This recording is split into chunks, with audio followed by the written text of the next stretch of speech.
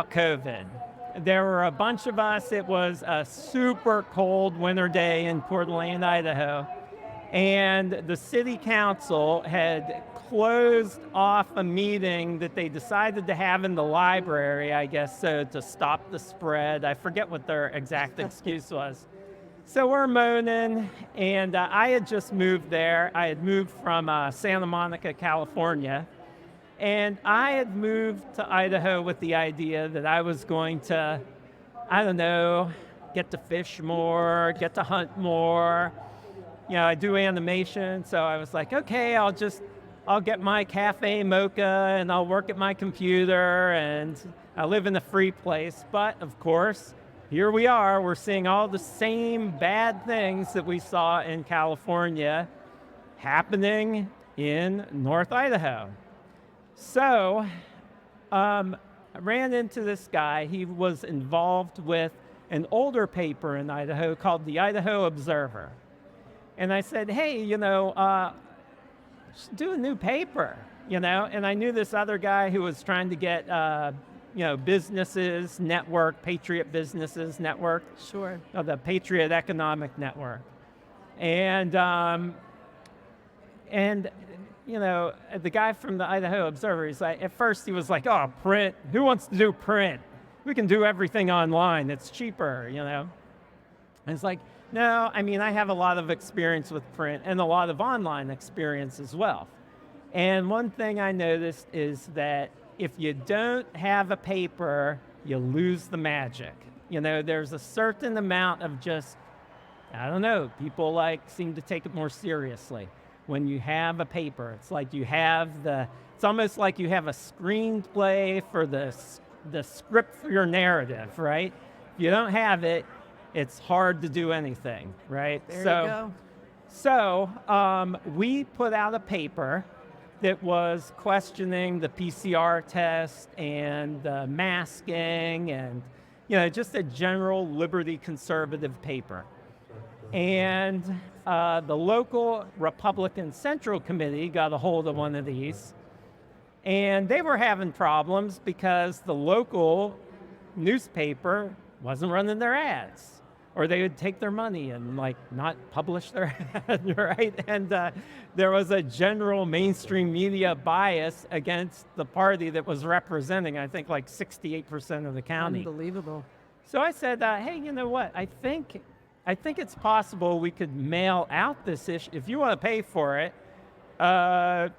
we could mail this out to the whole county, every house. And they're like, that sounds great. How much is it? And I just guesstimated. I was like, $80,000. I don't know. It ended up being a lot cheaper than that. And they're like, let's go. Wow. So then when it came out, they did better in a city election than they had done in years, maybe ever. Well, that just goes to show you the power of mainstream media, both in print, television, digital. The mainstream media has certainly tried to capture the narrative. And especially during COVID, we saw that people were forced really to buy into this idea that if you getting vaccinated was good, if you weren't vaccinated, you were evil, you were wrong, you were ostracized from society. So that's where you started, really, was just talking about the questions that were on everyone's mind. And that was probably what really helped you gain momentum. And more and more people said, we want a paper that's going to give us some truth. Whoa. Sorry, folks. I don't know if they're trying to cancel us. Yeah, they're trying to cancel us. Right. But so you really were able to get the truth out there. So tell me how has it grown since, let's just say, 2020 when you first formed? Well, okay, so it's kind of interesting. The role of print now is a lot different than it was, say, 30 years ago. Well, China's buying up all of our paper mills, so... Well, there's that. And then also the immediacy of digital media.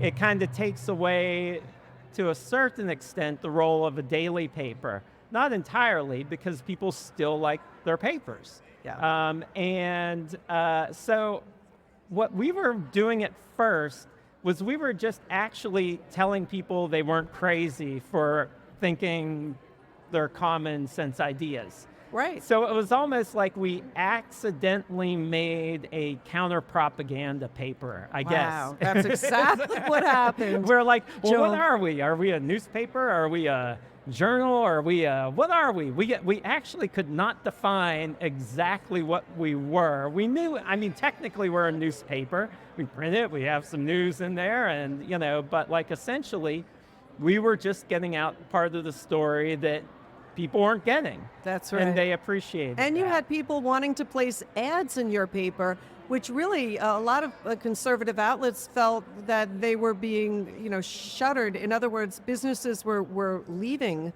conservative spaces in terms of advertising there because they weren't following along with the mainstream. So here the reverse happened, which is really I call that divine intervention, right?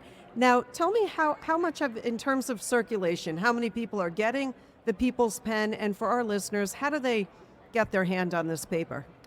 Okay, so our print runs have ranged anywhere from 2,000 copies. Like usually we put out an issue during, right before Christmas that is mostly just for the hardcore subscribers. Because anyone that subscribes to our paper is almost really subscribing to it so other people can get it, but Yeah. they have their own, they have their own sort of, it's like the kind of people that come here. That's They're right. like hardcore, so we always have like a lower run, but we've had print runs for 125,000 just for one issue mailed out to 5 different counties. Terrific. I think in 3 years and some change, I think we've printed something like 600,000 papers. That's terrific. We've had 14 different issues. And you are sticking to the topics that are more political, or are you also talking lifestyle? Tell us a little bit about what your paper is mainly focused on. Well, okay, I think this is the best example. This is our issue it actually came out last year. It was a history of Gun Lane. When Coeur d'Alene, Idaho stood up to Antifa and basically thousands of people showed up armed on the street, making sure that riots didn't happen. And there's actually a whole backstory to it, like a lot of coordination that you wouldn't expect to happen. So, and we had to document that. Because part of history is that, like they say, if you control the past, you control the future. Well, we had to get the regular, average person's history there, so they would, so they couldn't be, spun off into it's like, hey, You wanted here's to make what sure you're that about. you had history right. So you had to do your Right. research. You must Yeah. have great writers then that are really, have a high degree of integrity in ensuring that all of the information that you're publishing is thoroughly documented. And that's what we need more of here in America. We certainly do. Yeah, this one Too much we fake had, news, we right? had like so many hours of interviews with this stuff. We had like a lot of stuff that just great stuff we couldn't even put in. It was so much, Yeah. It's really amazing, like how much you find out. We just came out, our latest issue is a history of Ruby Ridge. Kind of, we encapsulated it, but there's people that moved to Idaho that had no idea that happened in their backyard. Wow. Or how important it was. Yes. And so we try to do a lot more history now because it kind of sets the stage for current political action. Very good. Well, So that's there's that. terrific. Joel, this is really great. Again, if people want to check out the paper, do you have a digital version or it's only available No, in you print? have to go to thepeoplespen.com and you have to subscribe.